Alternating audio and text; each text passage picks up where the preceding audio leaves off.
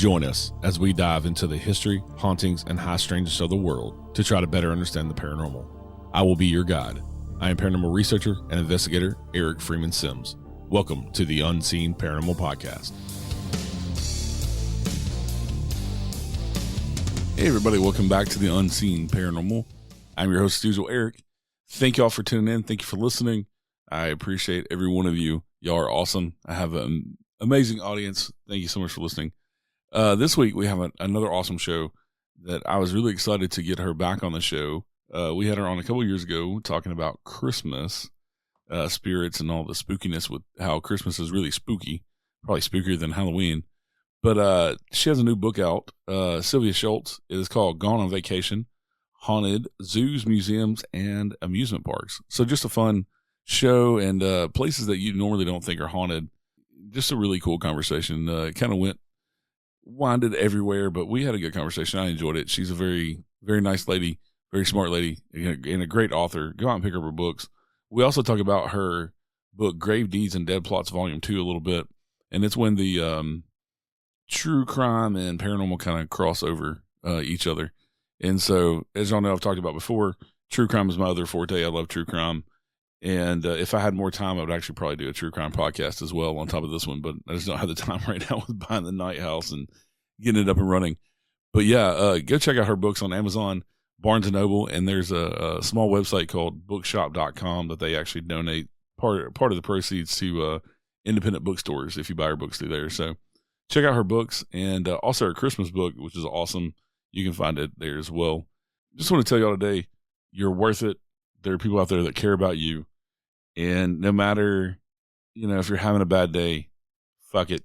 You are responsible for your happiness and your mindset. And you need to get yourself out of that funk of the mindset of that, everything's going wrong and all that stuff. We can all kind of get in that rut and that hole. I do myself, and I've got to, kind of pull myself up by the bootstraps and say, tell my brain, no, we're not doing this. I'm going to be in a good mood. It's a good day. We're going to make this a good day and try to take that attitude every day. So just know that you are worth it. And if you need help, there are people out there that can help you.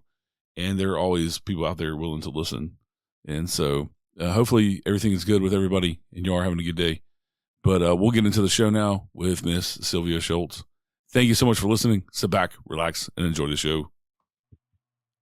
All right. Hey, Sylvia, thanks for joining us today on the show. Oh, thank you so much for having me, Eric. I'm looking forward to it. Yeah, I was looking forward to having you back. It's been a few years since I had you on. I had you on as a Christmas special talking about your Christmas book. And yeah, we had a good conversation. I think we talked about your first Grave Deeds and Dead Plots book as well. Now you have a second one out. I do, yes. Yeah, as well as Gone on Vacation. And oh, yeah. yeah, talking about haunted zoos, museums, and amusement parks. And we were just talking before we started recording that, you think about haunted museums because you hear some stories around about those, but zoos and amusement parks are kind of, especially zoos, because everybody's heard a story about Disney World and horror stories and things like that. But yeah, just there's all different kinds. I guess anywhere, you don't think about those things, but anywhere can be haunted, Oh, absolutely, yeah. But who thinks of zoos as being haunted? Right. But actually, it's funny you should mention that because the way this book came about was that someone mentioned to me that Brookfield Zoo in the Chicago area is haunted. She used to work there, and I thought, wow, what a fun book would that be about to write about haunted zoos. And then it kind of expanded from there. I thought, well, maybe I'm not going to get an entire book out of haunted zoos. Well, let's expand it a little bit and let's do zoos, museums, obviously, and amusement parks. Let's just go on vacation. Yeah, and everybody, I would love to go on I've been on a few haunted vacations, so I can't say that I haven't. My last one was a couple years ago to St. Augustine, so we did a lot of haunted stuff there. Yeah, and it's not just like unknown zoos either. I mean, even like the Cincinnati Zoo, which is one of the probably most well-known and best zoos in the country, is even in the book. And also, I get asked this question all the time. That's why I kind of like that you have the zoos in there too. I get asked all the time about animal spirits, and if I ever come across any. And I've had a couple of experiences with dogs that I've had that have come out and visited. I've seen them and things, but to see the other animals in the zoos are roaming around the zoo is interesting. Yeah, one of my favorite stories in this book, I kind of stretched it a little bit. I didn't. It doesn't technically have to do with the zoo, but it's a haunted animal story, and it was just too good not to include. Yeah. There was a newspaper that requested haunted stories from their readers, and somebody came up with a really, really good one. They had gone on vacation, and this was in the mid-1980s, and they'd gone on vacation to a state park out west, and they were going on the trails. It was mother, father, and two boys, and they're walking around the hiking trails, and they came across a snake. And the snake was just sunning itself on the trail, just living its best snake life. And it was very tame. They approached it, and it didn't care that it was being approached. And the father actually picked the snake up, and it was a pretty hefty snake too. I mean, he was holding it in his outstretched hands, and there was snake pouring over the front and the back. I mean, it was a snake of several feet long. Yeah. And the boys really wanted to take the snake home because it was so friendly. They kind of named it Slinky on the spot. And the mother said, no, we're not going to take the snake out of the park. You're going to have to be satisfied with a photograph as a souvenir, and then we'll let the snake go. And that's exactly what they did. The father stood there, held the snake, and the mother snapped the picture, and then the father bent down and put the snake down, and it slithered away into the grass, and everyone was happy. Now remember, this is the mid-1980s, so they weren't able to see the picture right away. They came home from vacation, they turned in their rolls of film to the photomat, and they waited a week or so to get their photos back. And they're going through their vacation snaps and all that, and they get to the state park that they found the snake in, and the father was standing there with his outstretched hands holding empty air. Wow. Yeah. Yeah. You come across a lot of pictures online, especially nowadays with instant pictures, when people asking, what do you see in this picture, whatever. But back then, yeah, the whole family seeing the snake, and then it's just not in the picture. That yeah. Right. That's crazy. And the dad picking it up. Right, just out in the wild, yeah.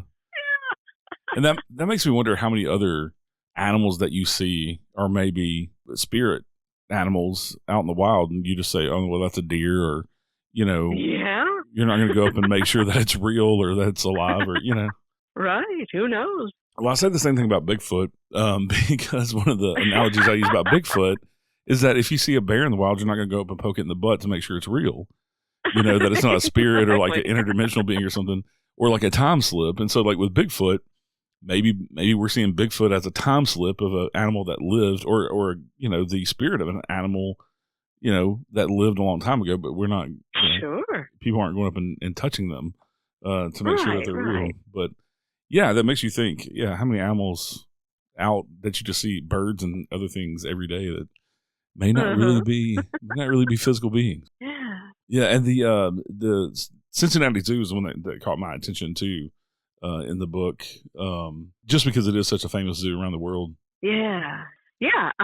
That is the lore of the Cincinnati Zoo, is that there is a phantom lioness, and it's kind of problematic because it only appears to people when they are alone, which is not the best for gathering evidence. Right. But yeah, you'll be walking down one of the paths at the zoo, maybe close to dusk, whenever it happens to be, and you'll get the sensation of being watched. And it's not your general hair standing up on the back of your neck. It's this feeling, and what I have been told is it is a feeling of you are prey. Yeah. It's much more than just spooky feeling of being watched. And sometimes people will hear the padding footsteps of a very, very big cat. And every once in a while, they'll hear the cough of a lioness pacing beside them, like that. And once they get out to wherever other people are, the lioness vanishes. So, but yeah, a lot of people have had that experience, and that is part of the lore of the Cincinnati Zoo, is this phantom lioness. Yeah, that would be kind of scary, especially having that feeling that like something's hunting you and that you can't see it at all. Yeah, it would be very unnerving. And the zoos also, I mean, I'm sure they're haunted by, zookeepers and things that love their jobs just like any other place. Because that's also, I mean, to be a vet or like a zookeeper, that's kind of labor of love, to love the animals and to take care of them. And oh yeah.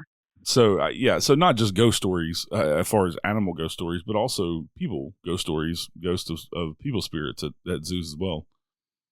Oh, absolutely. There are a couple of zookeepers that I investigated in the course of this book. There was the Fort Worth Zoo is haunted by one of its zookeepers, and also Robert Leslie Witt was a zookeeper that worked at the Alexandria Zoo in Louisiana, the Alexandria Zoological Park.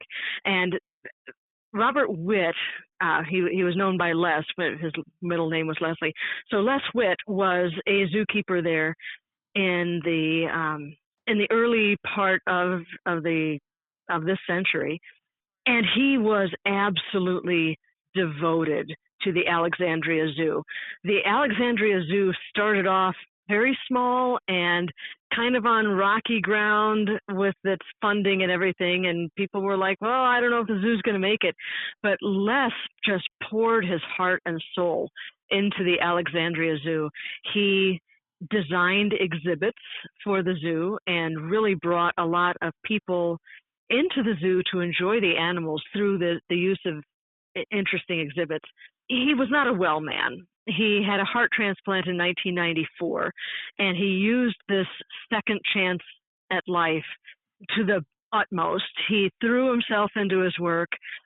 He would mentor young kids who wanted to grow up to be zookeepers. He was always ready to answer questions. Anybody asked him a question, he was there for it. And he was absolutely devoted to his zoo. He died in 2008, just 6 days before he would have turned 57. So he died very young, but he has stayed at the zoo. His wife actually took over the directorship of the zoo after Les passed, and she has also just devoted her life to the zoo. So it's really wonderful to find these people who devote their working lives to the animals they love so much. The fun thing about this ghost, the ghost of Les Witt, he'll kind of follow people around the zoo. You'll get that, again, the feeling of being watched, but this time it's a human, not a lioness. But he has a sense of humor. Yeah. The animals pick up on the paranormal much more readily than humans do, because no one has told them they're not supposed to see things. So the animals are aware of the presence of Right. the zookeeper who loves them so much. And every once in a while, someone will walk past a cage that has a perfectly harmless animal in it, like a pygmy goat or a rabbit or something like that, but they'll hear this really intimidating growling noise, and they'll look around for what's making the growling noise, thinking they're going to see a Siberian tiger or something, and no, it's just like a pygmy goat or something. And that's one of the things that Les Witt likes to do is mess with the people that come to his zoo. I think that's just delightful. Yeah. And also, that's another thing of like people ask about like recent people that have passed away that haunt places. And that's one of those that, he recently died. You said, what, 2009? So less than 20 years ago. And 2008. And so, yeah, because Right. Yeah, so a lot of people always think of ghosts of like 1800s or, Civil War, stuff like that, especially in the South here because we have so much Civil War stuff. But But yeah, there are modern Yeah, hauntings too yeah. from people who have not been gone that long. Our zoo in Nashville actually has some ghost stories, but not because of the zoo. It's because of the land that it's on. And I know some of the stories in the book about zoos are because of the land, not necessarily the zoo.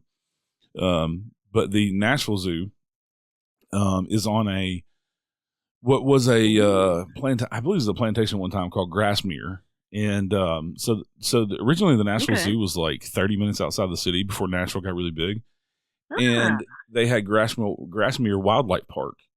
Well, the house, the plantation in the house was built like in the 1800s, so the house is still there, the original house that those people owned, and I forget the family's name, but they turned it into Grassmere Wildlife Park, and so it was just kind of a zoo, but the animals it was almost like a safari park that you could drive through, type deal, and see the animals kind of running wild, and then back in the 90s, I believe, late 80s, early 90s, the Nashville Zoo merged with Grassmere Wildlife Park, and it became the Nashville Zoo of Grassmere.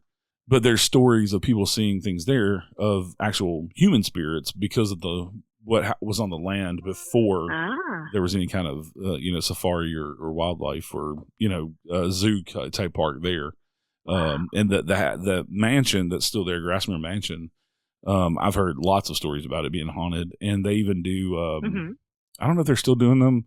Before COVID, they were actual lantern ghost story tours of the mansion around Halloween. Oh, how wonderful! Yeah, but I don't know of any stories of any animals there, but it's always people, that are spirits that are seen in the house and just disappear because they only open the house at certain times for people to go in. It's not something that you can do, every time you go into the zoo.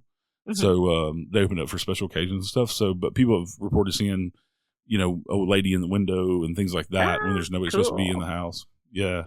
And so, pretty neat story about the zoo itself, but yeah, with the hauntings, because of what was there before. Well, wonderful. I will have to explore that and put it in the next volume of Gone on Vacation. I am planning a second volume of it. So yeah, thank you. yeah, no problem.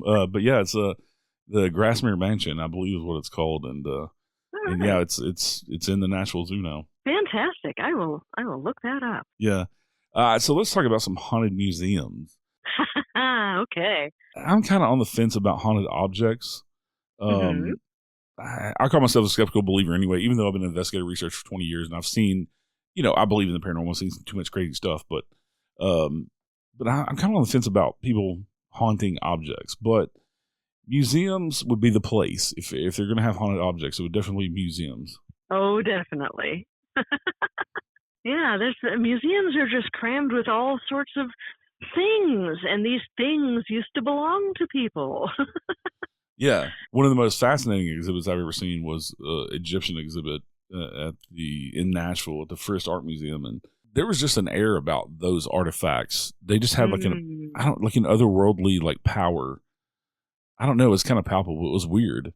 They were just awe-inspiring. What they did that long ago, and also the fact that Egyptians are kind of, their culture is kind of romanticized and I guess in a way mysterious because we don't know how they built pyramids and other things and did things that they did, and they made such beautiful things out of gold and oh my gosh, these enamels and things. I've been obsessed with ancient Egyptian art since I was in early grade school. Yeah, as a kid I was fascinated with King Tut and yes. It's just so beautiful. Oh man. Yeah. I love Egyptian art. In this exhibit they had one of his outer sarcophagi that was all painted and decorated, and it was just amazing. Oh wow. And then the Tennessee State Museum, there's always been a mummy in there. And I forget the story where the mummy came from. But it's not an Egyptian mummy. But it was a mummy that came from somewhere else, and for a long time they thought it was an Egyptian mummy, and then they found out it was some other from some other culture.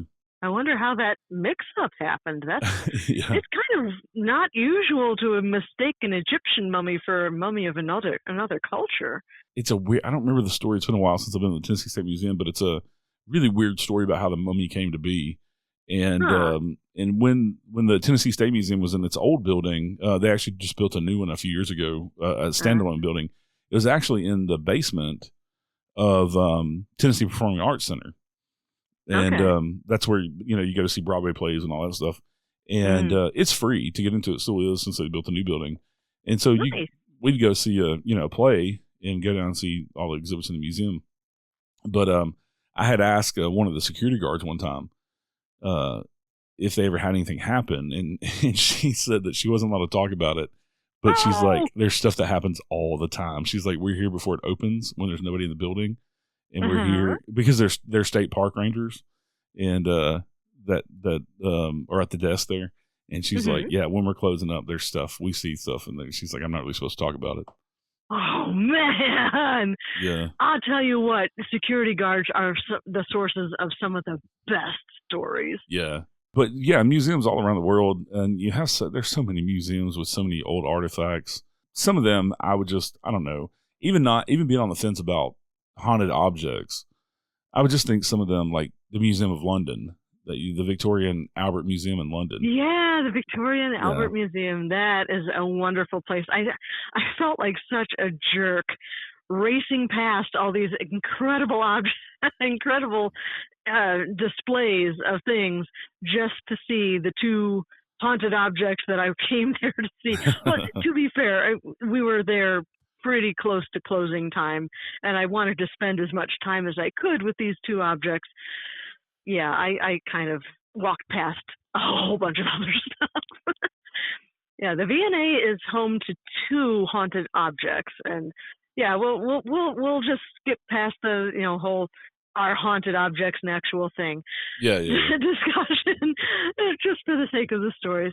There's the Great Bed of Ware, which is this huge bed that was carved in the medieval period. And it's absolutely gorgeous. I mean, it's just sitting there. These things are not behind glass; they're just sitting out there. Wow. And I was looking at it and taking photographs of it, and just imagining what it would be like to sleep in this bed. And the lore of the bed is that it's haunted because the original carver who made it in the medieval period does not like people sleeping in it that aren't royalty. So if you try and sleep in it, you're likely to get kicked out of the bed and pummeled and pinched and stuff. But I was standing there looking at this wonderful museum exhibit, and a woman was standing there looking at it with me, and I asked her, I said, have you ever heard any stories about this bed? And she said, in this beautiful cut glass English accent, she said, oh, I could tell you a story about this bed. I said, oh, really? Tell me. And she said she had used to be a school teacher, and she had brought like a fifth grade class or something, rowdy kids. She brought them to the V&A on a field trip, and she expressly told the young boys in the class that they were not to climb up on the bed and jump around on it. And guess what they did? Right. Yeah, not the kind of story I was looking for, but kind of amusing nonetheless. And then the other haunted object in the V&A is a chair that used to belong to a woman named Eva Marie Weigel. She was the wife of the actor David Garrick, who was a very, very popular actor in London in the 1780s, thereabouts. It's this beautiful chair. It's upholstered in this light green, almost like a lime green tapestry.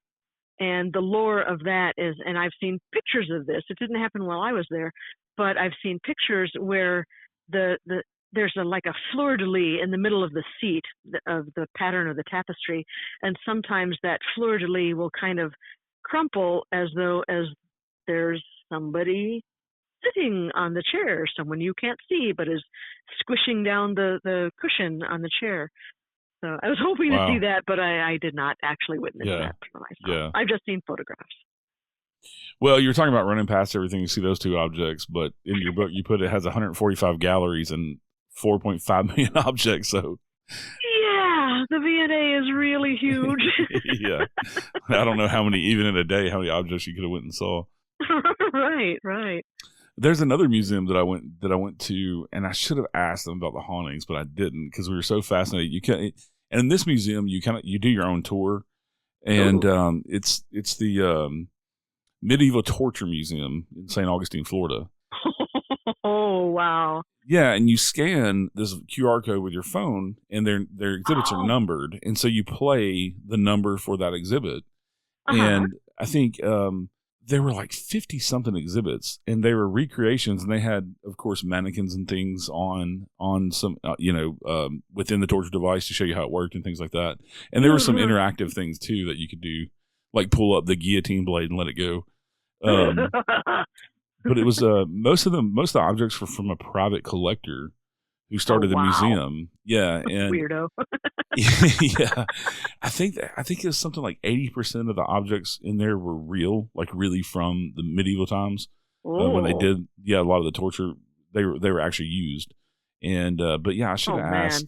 It was a creepy but fascinating place. And you have to be 18 to go in there. And geez. Yeah. Well, you know what? If that museum isn't haunted, it ought to be. Yeah. Well, it's also in a building downtown St. Augustine. And there's so much history in St. Augustine with it being the oldest city in the United States that the building surely has ghost stories of its own.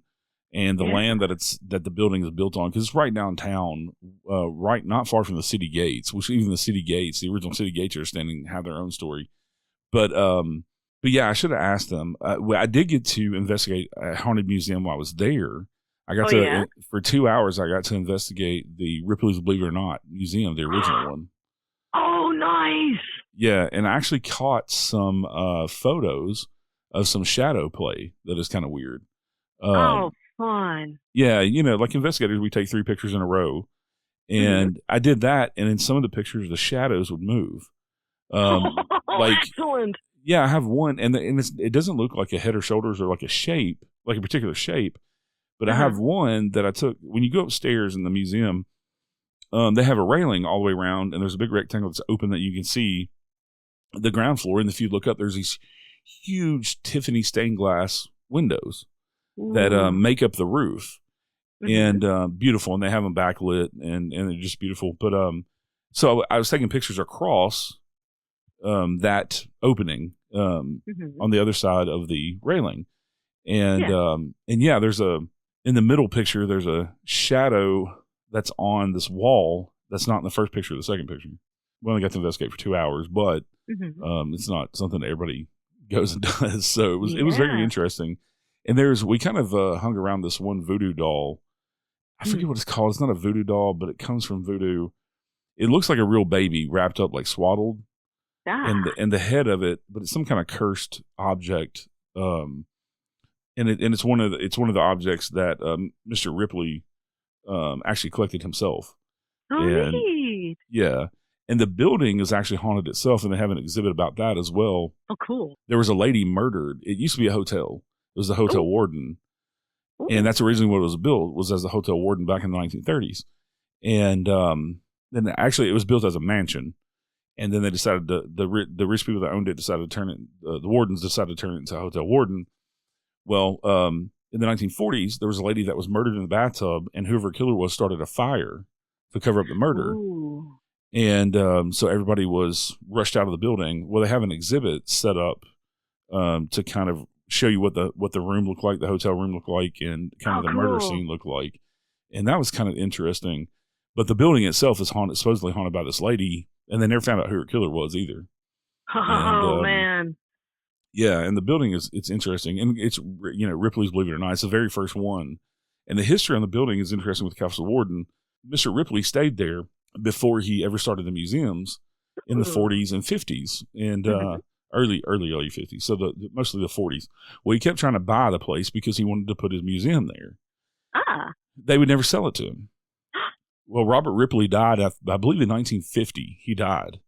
Okay. And his trust, actually, a year after he died, they were allowed to buy the building and to start the first Ripley's Believe It or Not museum in there. Oh, nice. Nice. Yeah. And So so it that, did happen eventually. That's great. yeah, unfortunately, like a year or two after his death. Yeah. Yeah. But apparently he had these warehouses full of these things that are in all his museums now. And all the Ripple, believe it or Excellent. not, museums. Yeah. So that was my encounter with investigating a haunted museum. Very fun. Yeah. What do you think is the most haunted museum, would you say, that you put in the book? I know that's kind of a Oh. loaded question, but just as far as like the story, like the stories and kind of I guess the occurrence of it happening, a lot, where a lot of people see things or experience things. Yeah. I would have to say, for my money, the most haunted, like different stories wise, has got to be the Museum of Science and Industry in Chicago. Yeah. You've got the coal mine, which has, when it was put together, when the exhibit was put together, they actually got pieces of coal mines and equipment from coal mines in which disasters had happened.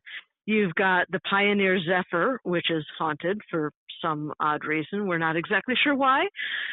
You've got the U-505, the submarine, and that is just splendidly haunted. Again, I talked to a security guard who that is kind of his beat in the museum, is the U-505, and he is a big World War II buff anyway, so he was just over the moon to be assigned to the U-505 as part of his duties, because he was just all about that. He had a woman come up to him asking if it's a Museum of Science and Industry. Obviously, they got really cool stuff. And she asked if the museum had hologram technology. And he said, well, why do you ask? And this woman had seen a figure, kind of a misty figure, standing at the top of the conning tower on the submarine. And she described this person, and it was a male figure, and he was dressed in a dark uniform with an epaulette on his shoulder. And from her description, the security guard realized that the person that she was seeing is not the man who usually haunts the U-505, the German captain, Peter Czech. What this woman was describing was the spirit of Captain Dan Gallery, who was the American who captured the submarine. So apparently he's hanging out on the conning tower too. I don't know if he and Peter Czech ever crossed paths. That would be interesting. Peter Czech was not the captain of the U-505 when it was captured. He had died before. He actually committed suicide in the conning tower. And well, let me rephrase that.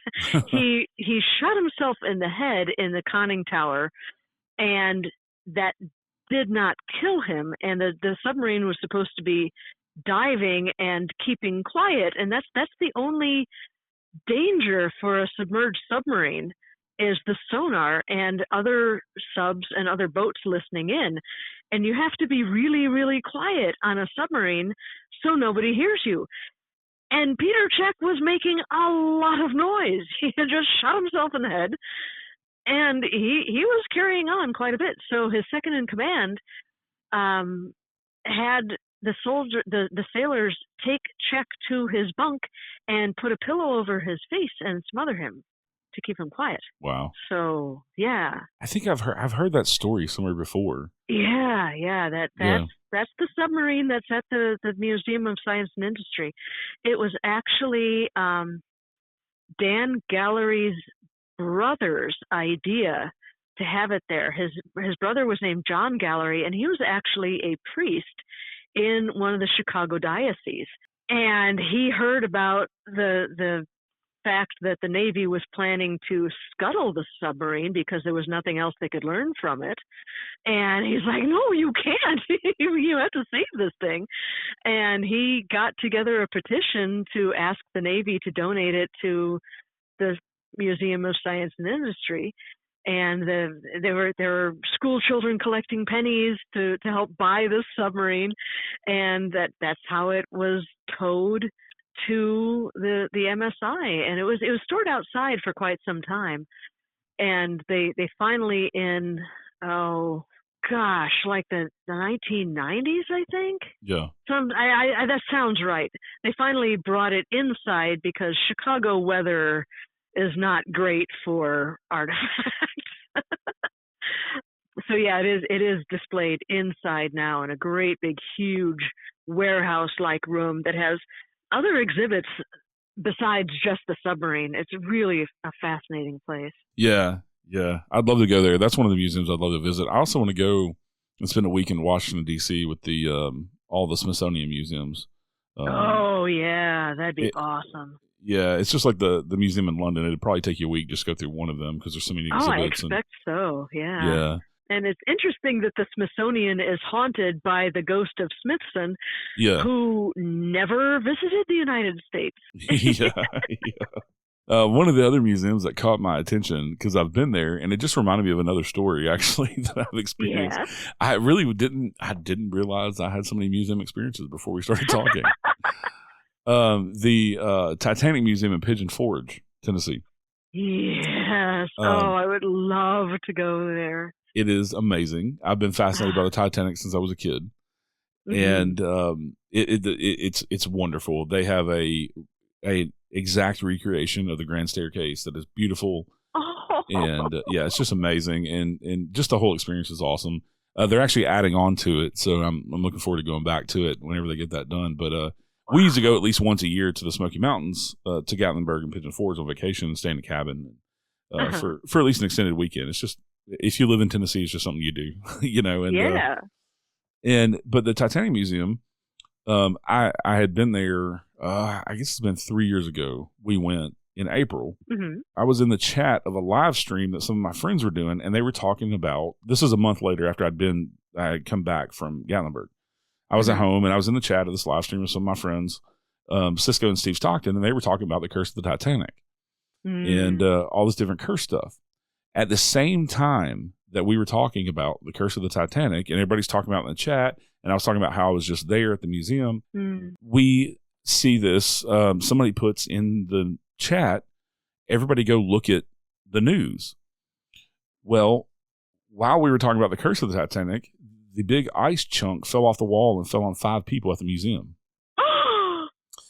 Yeah. So when you go to the very end, at the very end of the museum, as you walk through, you go up on what looks like the bridge where the wheel is and the controls. Well, when you go outside the bridge, they had a huge wall that was it was like when your freezer freezes up with ice. It's just solid ice. Yeah. So that you could feel like what it is. Yeah. Yeah. So you could feel what an iceberg felt like. Yeah. And it was like 5 foot thick ice and this big wall of ice, and 5 foot thick, probably 20 foot wide, probably, I don't know, 10, 15 feet tall. Huge block of ice. And in that same room, you were on the bow of the ship. You could stick your hand in 28-degree water to see what it felt like for the people that went into the water. Well, that ice wall, the same time that we're doing the live stream talking about the curse of the Titanic, that ice wall fell off and hurt 5 people. Oh, no. And we were like, what kind of coincidence is that? Wow. Yeah, nothing like that had ever happened in any of their museums, and they don't know why the wall failed. Yeah, I've never heard about that. I've been to several Titanic exhibits, not that one, but and I've seen the ice walls. Yeah, and I've seen I've held my hand on the ice just for as long as I could stand it, and man, yeah, I never thought of it falling. Gosh. Yeah, but it was really weird coincidence, and I don't know if I believe in coincidences with the supernatural, but in the paranormal. But at the time that we were talking about the curse of the Titanic, that big ice wall fell off, and that was really wow. And I had just been there a month before with my own hands on it, and been there in that room a month before. It's pretty crazy. Luckily, all the people were okay. They all ended up being okay, but it didn't kill anybody or anything. But yeah, and that place has an energy. If there's any haunted objects, they have to be from the Titanic. That man, yeah. That place has such an energy from all the stuff they have in there. That is just amazing. It's an amazing experience all around. If anybody ever has any chance, I've never been to the one in Branson, but it's owned by the same people, and I'm sure it's just as good as the one in Pigeon Forge. Oh, I'm sure. Someday I'll get there. And the Smoky Mountains are amazing, and the Smoky Mountain, Pigeon Forge, and Gatlinburg are full of ghost stories and all kinds of stuff. And they have a Ripley's Aquarium, which is amazing. But Ooh. yeah. But yeah, that was my other museum story with Cool. weird museum stuff. Let's talk about some haunted amusement parks. All right. Because there's some places like they keep stuff hush hush when it happens. Like when people do get killed and things, it's you don't see a lot of that in the news and stuff. They try to keep it hush hush because it's not good for business. It's not good for business at all. No.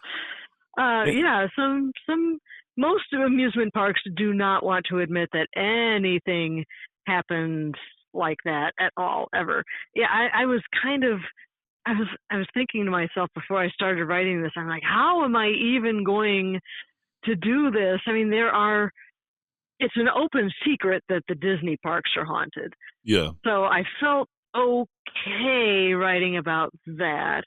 And then, of course, you've got things like Lake Shawnee Amusement Park, which everyone knows is haunted, and that's its whole reason for being. Is it's no longer an amusement park. It's reserved expressly for paranormal investigation. But then you have things like, the Six Flags parks, and a lot of those are haunted too. But they don't want people to know that. Right. I was like, I hope I'm not going to get in trouble for this.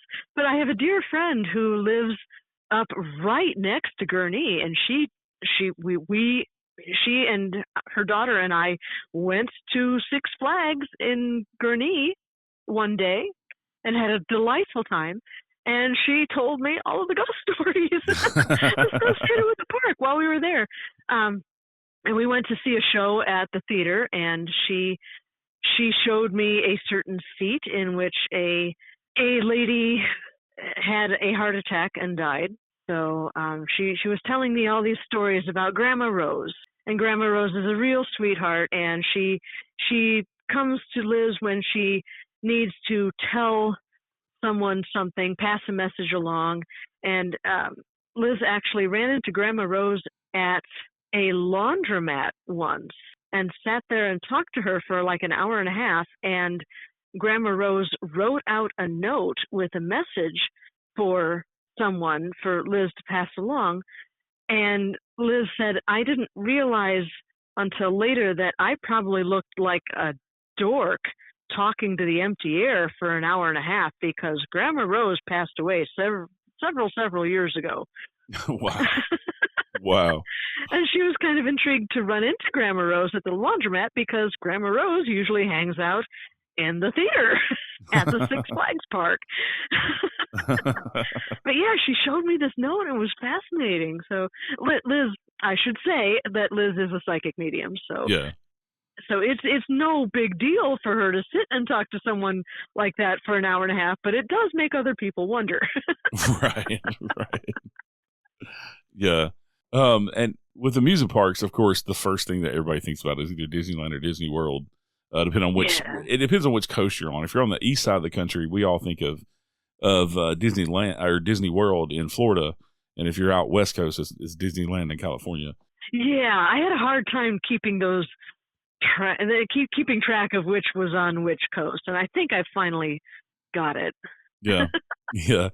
But also, one of the things you put in the book that I found fascinating is that people bring their ashes of their loved ones and dump them all through the parks. Yeah, which you are expressly forbidden to do. Right. Huge no. And yeah, I hoped, by writing about that, I hoped to unveil what actually happens if you choose to do that. Your loved one's ashes they're going to call a HIPAA code, and they're going to suck the ashes up into a vacuum cleaner. So it's best just not to even do that in the first place. Yeah, and then they're going to go in the trash. That's not where your loved one wanted to end up. Right. Yeah. Right. So I wonder if they have any haunted vacuums. That's a good question. Are any of the vacuum cleaners haunted? Yeah. But like, there's stories about, of all things in these parks, the Haunted Mansion has some stories about it being haunted. Yeah.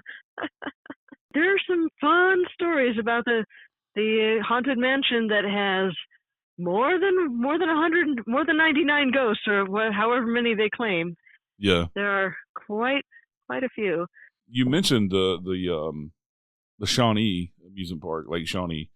Yeah. That one fascinates me because it's what the history of the land is interesting. That a family was killed by the Native Americans there because there was some settlers that moved into the land and they were killed on that land, and then there were some children that drowned in the lake, and that's who they claim are on the property there. Yeah. You and I both know, as paranormal investigators, that's one of the big questions we get is, why is the place haunted? Is it something that happened there, or is it attached to the land? And with Lake Shawnee, it's both. Yeah. You had the Clay massacre, the massacre of the 3 Clay children in 1783 by the Shawnee tribe, where there was, let's see, Ezekiel was taken hostage and taken to the village and burned at the stake.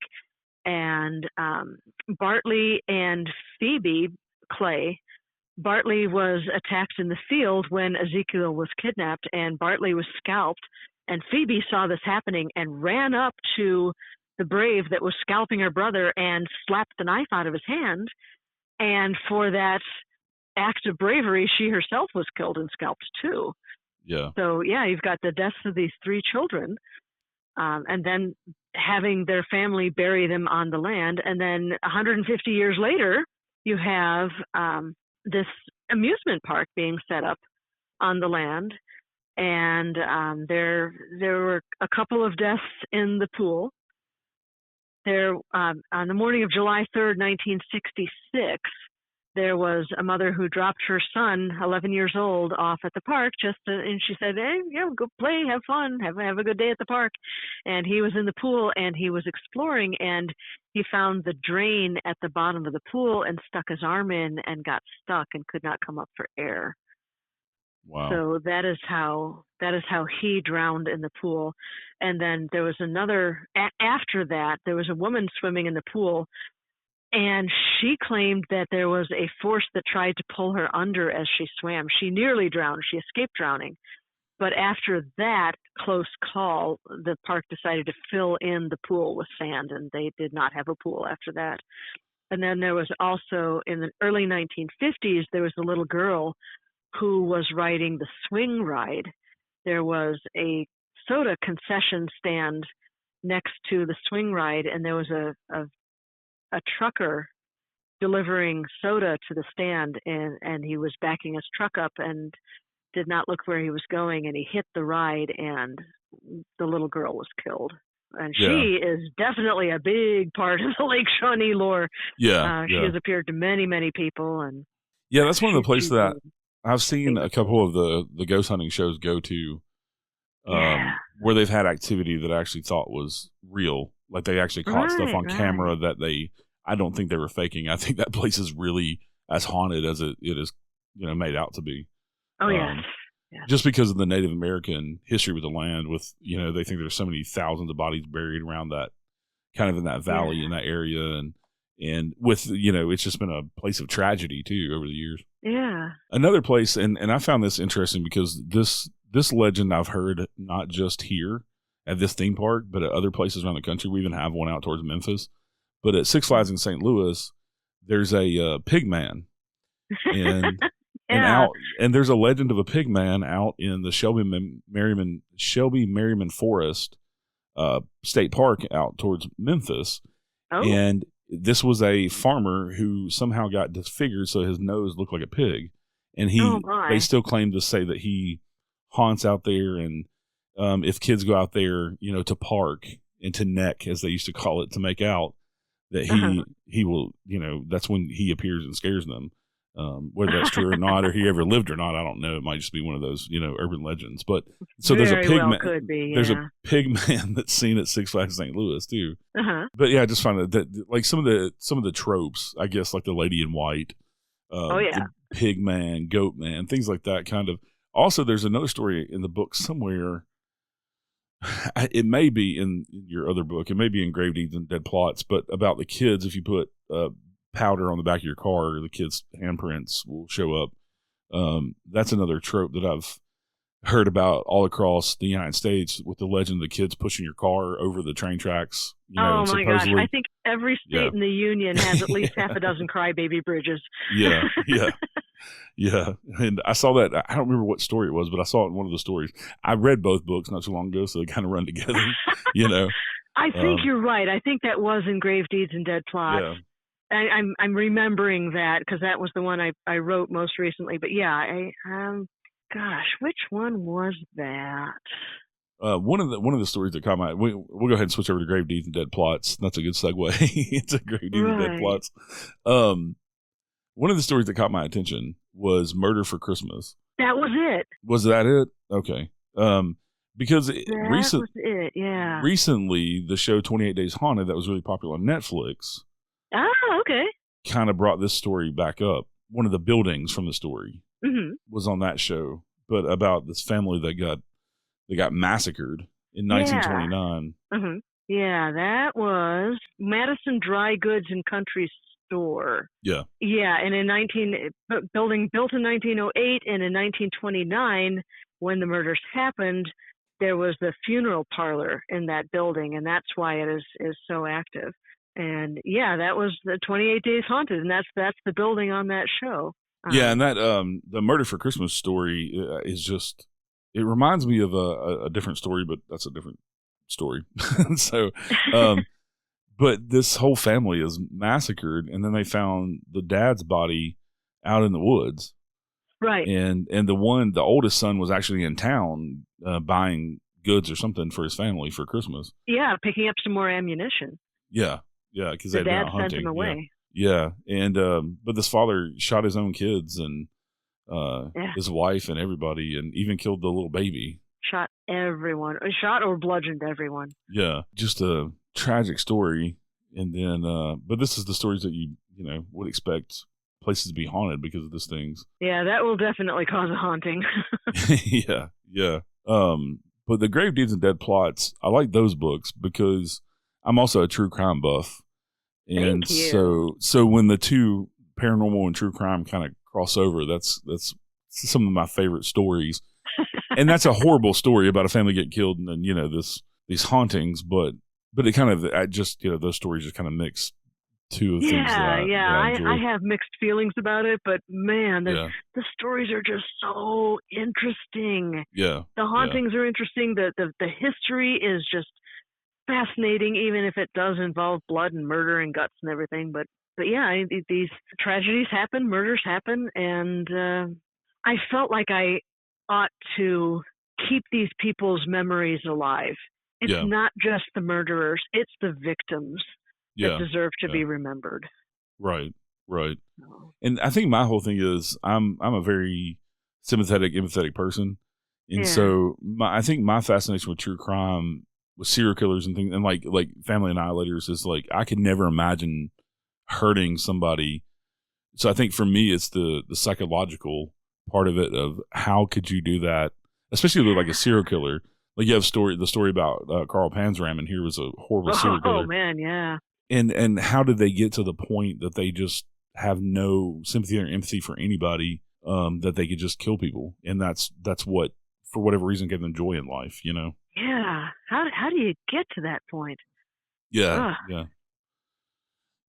And I hope serial killers especially don't get to hang around. I hope they go somewhere horrible, where they get tortured and all that. But yeah, there's some fascinating stories in your Grave Deeds and Dead Plots, and I was happy to see that you brought up Volume 2 this year. Yeah, thank you very much. I think I had even more fun writing Volume 2 than I did with Volume 1. The stories in Volume 2 are just so much fun.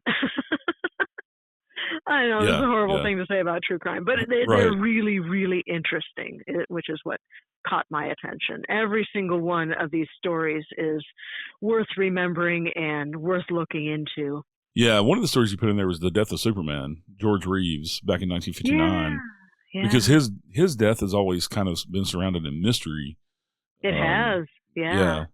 Of just somebody so famous, and the whole story surrounding his life, it's just a fascinating story, and how he became Superman and all that stuff is just interesting. Right, yeah. How he became an actor, how he became the the original Adventures of Superman was so popular and everything.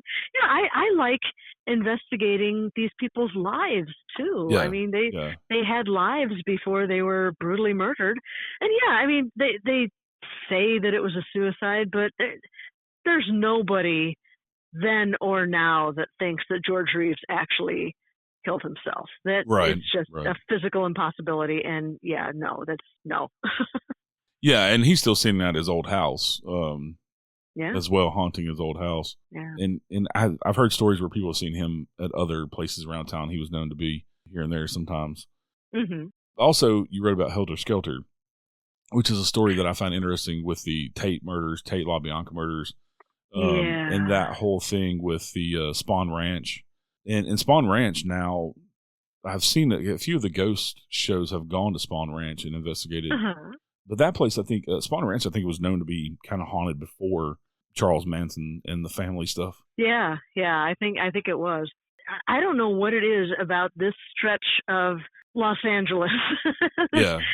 There's the Tate LaBianca murders. There's that house that it happened in.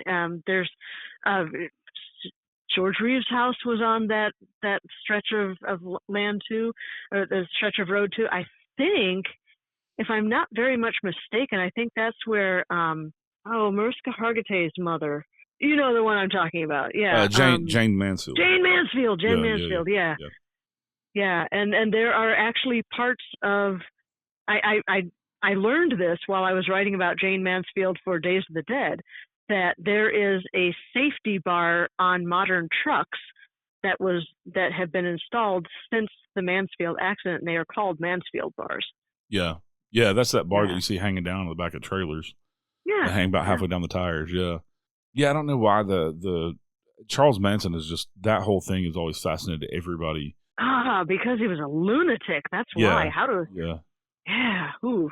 And how do people follow somebody like that? How do people listen to someone like that and do what he says? Right. Yeah, and just follow him blindly and just kill these people to try to start a race war. Who thinks that's a good idea? Right. Yeah, and that's what Helter Skelter was. What he thought Helter Skelter was this coming race war where the black people would take over and suppress the white people, and just a delusional, messed up guy. There's one guy that was trying to profit off of the stuff, even though they tore down the house where the Tate LaBianca murders happened. His house is built on part of the land, and he was trying to capitalize off it for a while, saying that his house was extremely haunted. There was some kind of lawsuits and stuff against that guy, so I don't know if his house is really haunted or not.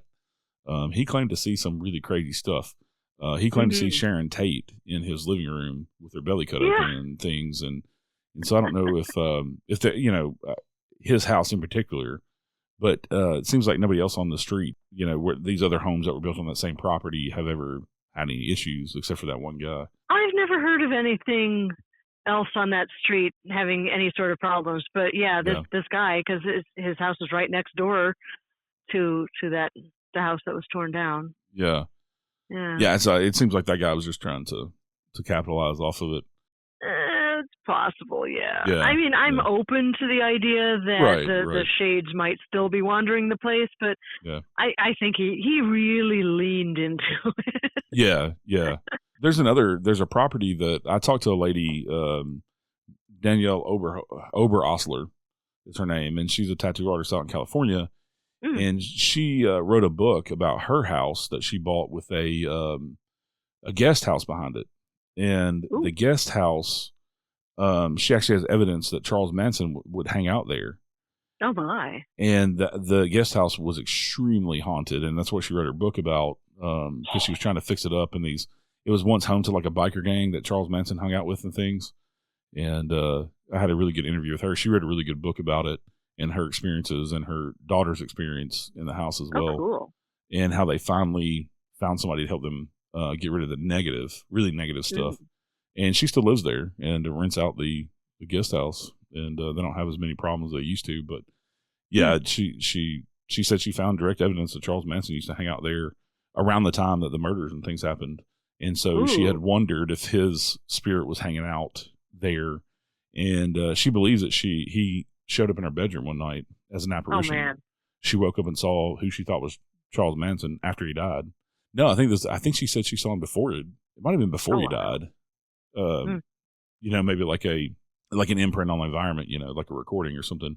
Sure, yeah. I don't remember. It's been a while since I talked to her on the show, but that's the only person I've ever heard that has claimed to see Charles Manson's ghost, whether it be a residual haunting or, intelligent. Yeah, either way. That's interesting. All right, Sylvia. Well, thank you for coming on the show today. Absolutely. Oh, it was my pleasure. Thank you for having me on. Yeah, you're a wonderful guest, and always like talking to you. And you write fascinating, wonderful books, and everybody needs to go out and check out Gone on Vacation, because it's just a fun book with all the stuff in it.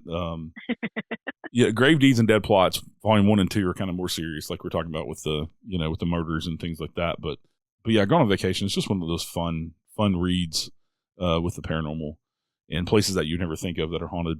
Thank you very much. I had just ridiculous amounts of fun writing that book, and I hope people enjoy it as much as I did. Yeah, and we didn't even get that far into it either. I mean, there's so much more. There's so much more. Yeah, folks, yeah. There's so much more in that book that we didn't even talk about. Yeah, and I was looking at the bibliography, and I'm looking at a lot of the people that you cite in here, and I know so many of them. I've talked to them on the show. Cool. Yeah. Old home week. Yeah. All right, everybody, go out and check out Sylvia's books. They're available on Amazon and Kindle. Do you have your books at Walmart or Barnes & Noble, any of those places as well? Barnes & Noble does carry them, yes, and you can order them through Barnes & Noble. And they're also found on a lovely little website called bookshop.org. I like sending people to bookshop.org because with every purchase you make, there is a little bit of the purchase price that goes into a fund that is distributed between independent bookstores. Yeah, that's awesome. So if you don't want to fund Jeff Bezos' latest yacht, right. He doesn't need our money. Just go to bookshop.org, and you'll not only get a fantastic book, you will also be supporting independent bookstores. So that ought to make you feel really good. Yeah, and you have quite a few other books that people can go check out as well. Yeah. And also, people can go check out the episode that you were on previously, the first time on the show here, about a few years ago, about talking about Christmas lore, which was awesome as well. So, and you have a book about that as well. I do, Spirits of Christmas. All right, Sylvia, thank you so much. It was my pleasure talking to you today. Well, thank you so much. I had a blast. All right, everybody, y'all stay safe out there. We'll see you next time. Have a good day. Thank you for listening to The Unseen Paranormal.